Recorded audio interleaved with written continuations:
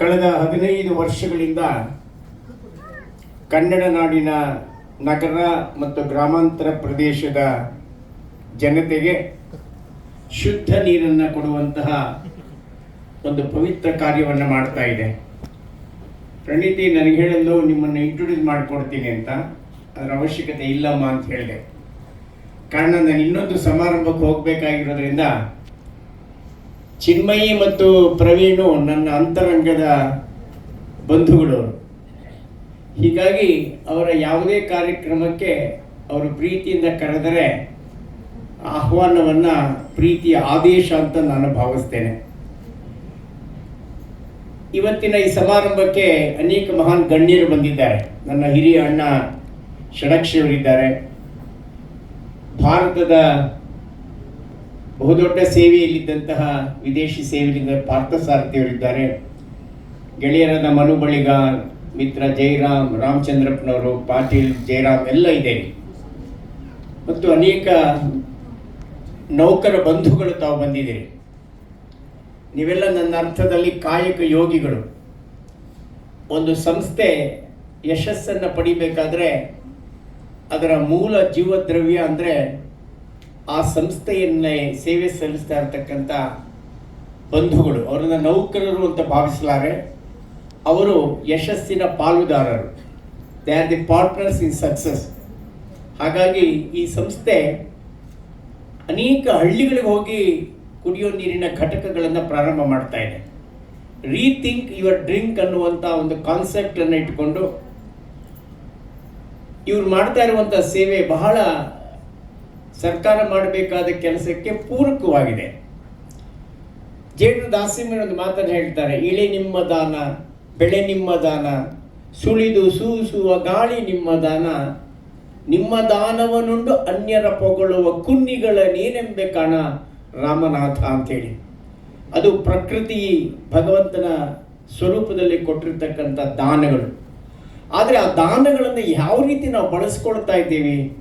ಈ ಕುಡಿಯೋ ನೀರು ಅದು ಭಗವಂತನ ದಾನವೇ, ನಾವು ಉಸಿರಾಡುವ ಗಾಳಿಯು ಭಗವಂತ ನೀಡಿರುವಂಥ ವರವೇ, ಭೂಮಿ ತಾಯಿ ನಮಗೆ ಕೊಡ್ತಕ್ಕಂಥ ಎಲ್ಲ ರೀತಿಯ ಫಲವು ಆ ತಾಯಿಯ ಒಂದು ಕಾರುಣ್ಯದಿಂದ ಬರ್ತಕ್ಕಂಥದ್ದು.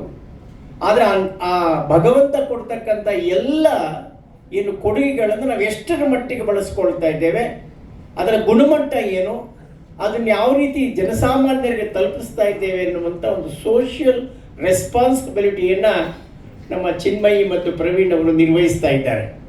ಚಿನ್ನಮಯಿ, ಚಿನ್ನದ ಮಯಿ. ಆಕೆ ಬಹಳ ದೊಡ್ಡ ಸಂಘಟಕಿ.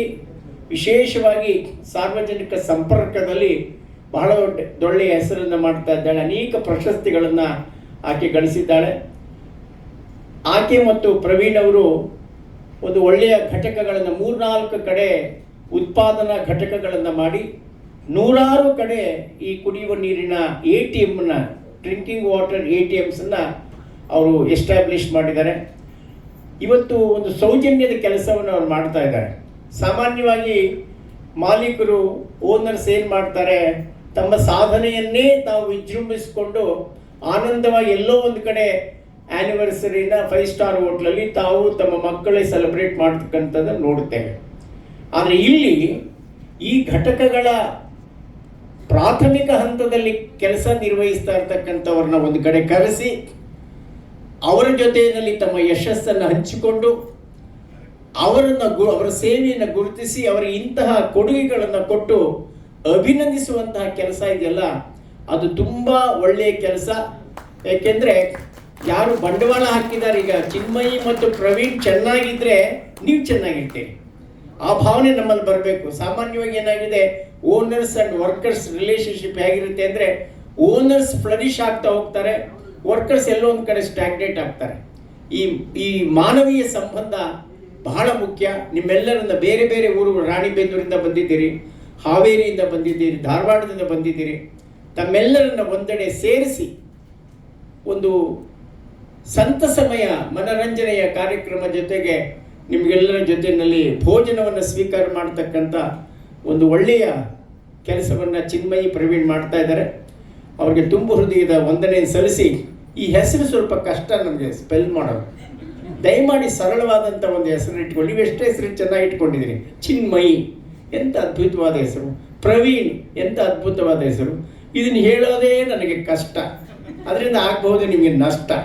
ಆ ಹಿನ್ನೆಲೆಯಲ್ಲಿ ಈ ಹೆಸರನ್ನ ಬದಲಾವಣೆ ಅಂದರೆ ಬೇರೆ ಒಂದು ಸ್ವರೂಪದಲ್ಲಿ ಇದಕ್ಕೆ ನಾಮವನ್ನು ಕೊಡಿ ಅಂತ ಹೇಳ್ತಾ, ಮತ್ತೊಮ್ಮೆ ಚಿನ್ಮಯಿ ಪ್ರವೀಣ್ ಆದರ್ಶ ದಂಪತಿಗಳು ಕೂಡ ಯಾವಾಗಲೂ ನಗನಗ್ತಾ ಇರ್ತಾರೆ ಮತ್ತು ಬೆಸ್ಟ್ ಅಂಡರ್ಸ್ಟ್ಯಾಂಡಿಂಗ್. ಪ್ರವೀಣ್ ಅವ್ರನ್ನ ಮತ್ತು ಚಿನ್ಮಯಿ ಅವ್ರನ್ನ ಯಾವಾಗಲೂ ಒಟ್ಟೊಟ್ಟಿಗೆ ನೋಡ್ತೇವೆ, ಒಬ್ಬರು ಎಲ್ಲೂ ಬರೋದಿಲ್ಲ.